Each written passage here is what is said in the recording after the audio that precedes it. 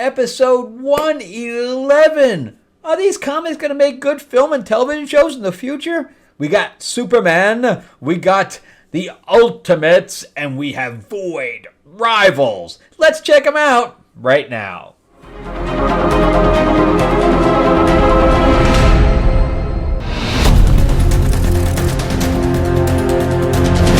Welcome back to the channel, everyone. Thank you so much for spending time with me, your host, Frank Zanca. I'm an award-winning screenwriter, novelist, comic book writer, and working filmmaker once again. Thank God. I think I have another film coming up in July. May be coming here to Atlanta. If not, I'll be going back out to LA for a few weeks. I was just out in LA for a month on a film with Crispin Glover, and now we're searching about what we're going to do next. And everybody's of course still waiting for the strike to see what's going to happen with the Yahtzee or the Teamsters or whatever at the end of July. So anyway, that's the state of film right now. The only thing I know that's shooting here is Superman. And of course, they can afford to shut down if need be. And I think a lot of the TV shows already stopped. So that's it for that. But before we do talk about these comics, give me a like, give me a subscribe if you can. I am trying to grow the channel out. And in the meantime, too, 2 weeks ago, we launched our new card game, Mythlords Classic Monsters, with art by the legendary comic book artist, cover artist, Mark Spears. And we are fully funded on BackerKit, so if you want to check that out, the link is in the description below. Definitely jump on that now if you can. We are unlocking stretch goals because we are fully funded. So now is the time to do that because there's free stuff going on. All right. So let's jump into Superman. This is the continuation of House of Brainiac, where Brainiac has now captured several people of the Super family, including Connor Kent, and I think Mercy's there, Luthor's there, Supergirl. So there's a whole bunch of people, plus the twins or the girl and the boy that he saved from War World. They're all up there. As well as some of the villains, some Parasite and Livewire, etc. Meanwhile, Superman is trying to track them down, and he had to hook up with a Lobo to do that because the Zarnians, which he was the last of his race, but it appears that Brainiac had a Zarnian city that was shrunk down that he then took the people out of, so now there's a whole bunch of Lobo's race running around. Presently, anyway. So, General Charak, or whatever else, I don't remember how to say his name. He's of Lobo's race. He says, you could be the head of our team if you take out Superman, or the Kryptonian, as he called him. So we start out with this battle between Lobo and Superman. I found this kind of strange. He said, of course, Superman's thing, we got this nice splash page here, or group of splash pages of the battle going on, because they're basically equally matched. And he says, I'm going to take us out of here, and because they're on a space station. And I found this kind of strange. So he goes through, which is down here, if you see the boom, boom, boom, he goes through like 4 walls before they go outside. But wouldn't that kill everybody inside because of the vacuum in space that's coming? But anyway, the Zarnians capture him with a chain and then drag him off, and they call Brainiac and say, we got him, we're bringing him in. So, meanwhile, I guess Brainiac had captured Luthor's daughter, Lena, before this. And she has Brainiac technology in her. I don't know anything about that story. But anyway, we continue on with Luthor and Supergirl, and there's now a city, which is Kalu, which is Brainiac's people. On top, he reignited that one, so it's now large again, and it's on top of his ship. So we get all this stuff going on, blah, blah, blah. And then we have Brainiac's son and his mother, Brainiac's son's mother, So I assume that he had some kind of relation with him from Kalu. I don't know.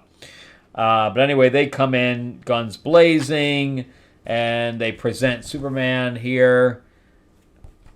And they hook him up to something. And they start taking his power or something to that effect. And they use that power to give life to a Brainiac Queen. And the Brainiac Queen, I guess, needs energy and it needs life energy. So she decides that she's going to kill everyone around her, including all the Zarnians.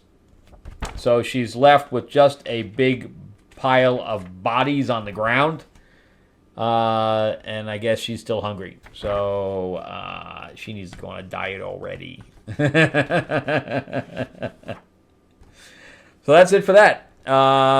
Pretty good. I don't know where it's going yet. I said in the last one with Action Comics, this is going back and forth between Action and Superman. And I think that James Gunn should have picked this story up because this is a really good Superman story as far as I'm concerned. There's not a whole lot on his personal side, but they could have added something with him and Lois, etc. But on the Superman side, on the Superman family side, it's really good. There's very high stakes at this point, very high stakes. We don't know if somebody's going to die or whatever. And I hate Supergirl's costume in here, but other than that, it's really good. All right, so let's move on to the Ultimates. This is number 1. So this is the first return to the Ultimates universe. Of course, we already have Ultimate Spider-Man, which I've done reviews on. I've done the Ultimate Black Panther, and I did not read Ultimate X-Men, mostly because I don't like the look and feel of it. But this Ultimates is a different universe where evil Mr. Fantastic, called the Maker, decided that there was going to be no more superheroes. So he eliminated all superheroes. However, Black Panther was still around as T'Chaka, which is T'Challa's dad. I don't know how any of that works. That's why I really don't think that Black Panther should be part of that universe, because it doesn't make any sense. So anyway, Tony Stark is a young boy in here. He's called Iron Lad. And I guess his dad was also an Iron Man in this case. But Thor is fatally wounded at this point, and Captain America they found him in the block of ice because he never got thawed. Because remember, in this universe, there's no superhero, so they went out and found him. And Reed Richards is Dr. Doom in here. I don't know how that works. That's weird. But anyway, they start talking about how time travel works, and they're going to... So I guess this is prior to Spider-Man becoming Spider-Man, because they're the ones that gave the capsule to Spider-Man that had the spider in it and the costume and all that stuff. So they thaw Captain America, and they tell him that America broke up in 1969. So I don't know how that history works. And there's Sif lording over Thor because he's got a big hole in his chest. So again, he said that he should be healing, but I guess he was hit with something magical, so he's not really healing. And here's, them talking about, trying to get the superheroes back into action, and you see Spider-Man up on top. So they're trying to track everybody down, and they're tracking down. So this whole story from this point on is about Wasp and Giant Man, or Ant-Man, depending on how you look at it.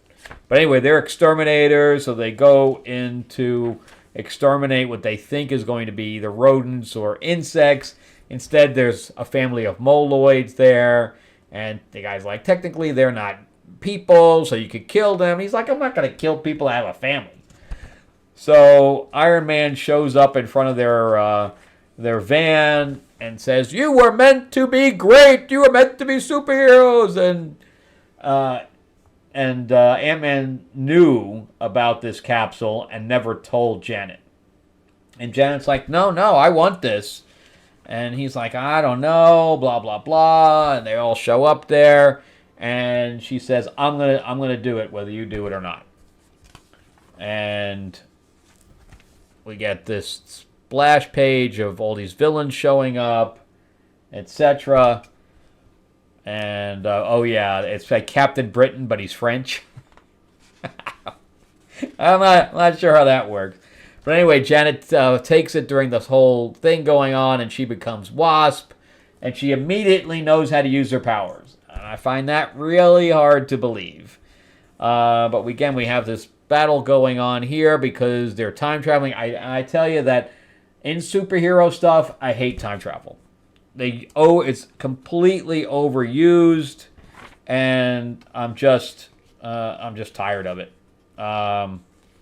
But anyway, so Iron Lad is about to get killed here, and he gets out just in time, and then we get Ant-Man or Giant Man. In this case, his boot comes down and leaves this big footprint and kills a whole bunch of them. But Captain Britain is gone, and I guess that Thor couldn't get a new suit because he still got the rip in it. But now we have this like Avengers thing going on. So I'm very, very mixed on this. I think the artwork is decent. The storyline is okay. It has its moments. Am I really taken with this story? No, I'm really not. And it's not really working for me. I'm about to drop Spider-Man. I'm going to give Black Panther a couple of more issues to see where they go. I don't even like what they did with Storm. And now we have this very odd Avengers team that's, going through time. I don't know. I'll get the second issue just to see. Plus, it was $6, I think, too. So I get it's a number one, so maybe it's not going to be $6 continuously. But if it is, I'm definitely not continuing it. But anyway, so would it make a good film or television show? No, not really. There's plenty of other Avengers stories that would be far better. All right, so let's jump into Void Rivals.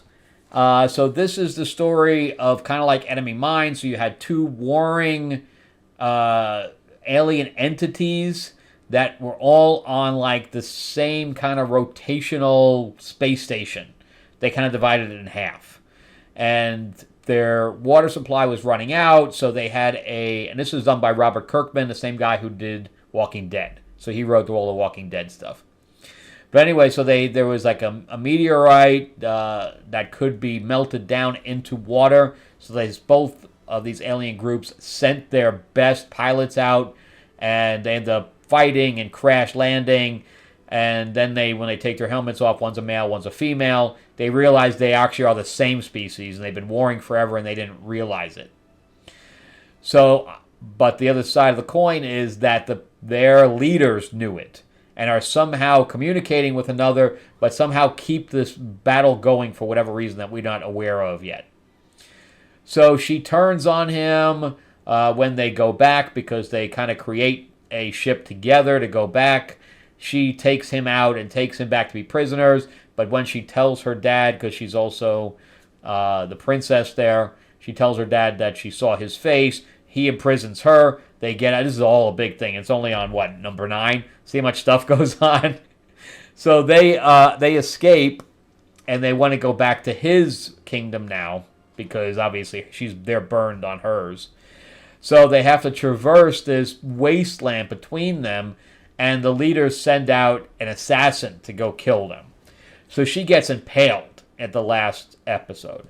So that's where it was, is that she was impaled by her own spear, of which she can shrink it, retract it, and it also comes right to her, kind of like Captain America's shield. So anyway, so we start out with, and he's got a thing called a hand droid, okay? He's got a glove that talks to him, basically. But anyway, you can see that she's totally impaled off the ground. She retracts it, and it stays in her. So the hole in her is not bleeding because the pole is in her.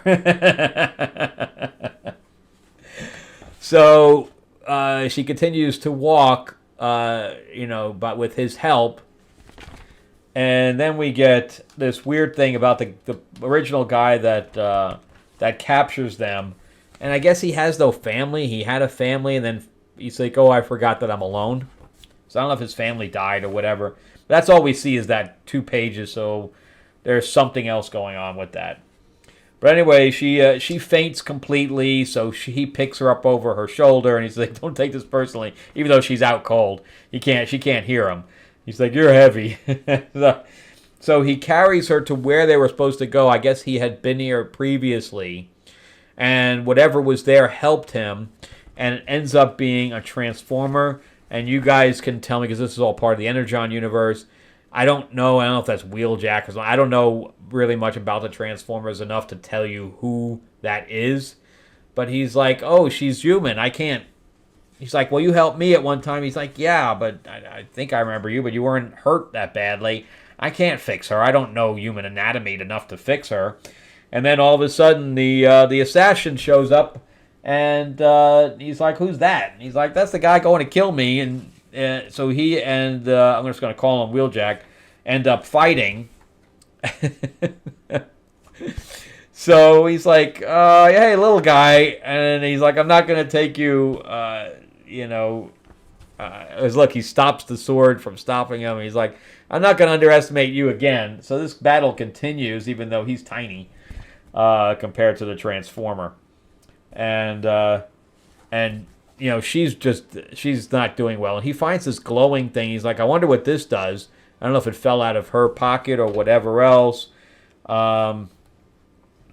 And I guess this thing comes and gives a report to the council here, and it kills. And they kill him. I don't know. I don't know what's going on from that point, but that's and then things they talk to the android. So this is actually really good, and there's a lot of stuff going on. And I still have to read this. This is Scarlet. The artwork here is so bad. So bad. And Kelly Thompson writing. I really have no high hope for Scarlet. But because it's all, again, part of the Energon universe is Void Rivals, Transformers, and G.I. Joe. So that it all connects. So let's do a recap. Void Rivals. Yeah, I think it's pretty good, whether it's got Transformers in it or not. I like where this goes. I like sci-fi, and I like this little kind of Dune thing that's going on. It's the best thing I can do is describe it like Enemy Mine meets Dune. Ultimates? No, I'm not even sure if I'm going to continue it or not. I'm not overwhelmed with it. And Superman, yeah, been really good so far. All right, so that's it for me. Thank you guys so much for watching. I really appreciate it. Remember to give me a thumbs up, give me that like, give me that subscribe, ring that bell, ding, ding. It's free. If you're not already subscribed, why not? Help me grow that channel out.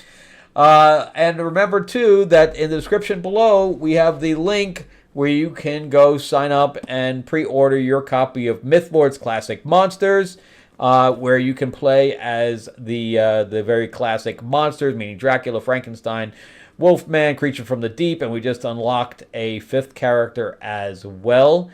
And then during the game, you can get into your deck, because it's a deck builder, so you're building your deck as you play the games. And so it's not like a collectible thing. All the cards are in here. And so you got Bride of Frankenstein and Mr. Hyde and Phantom of the Opera and all that stuff. It's really amazing.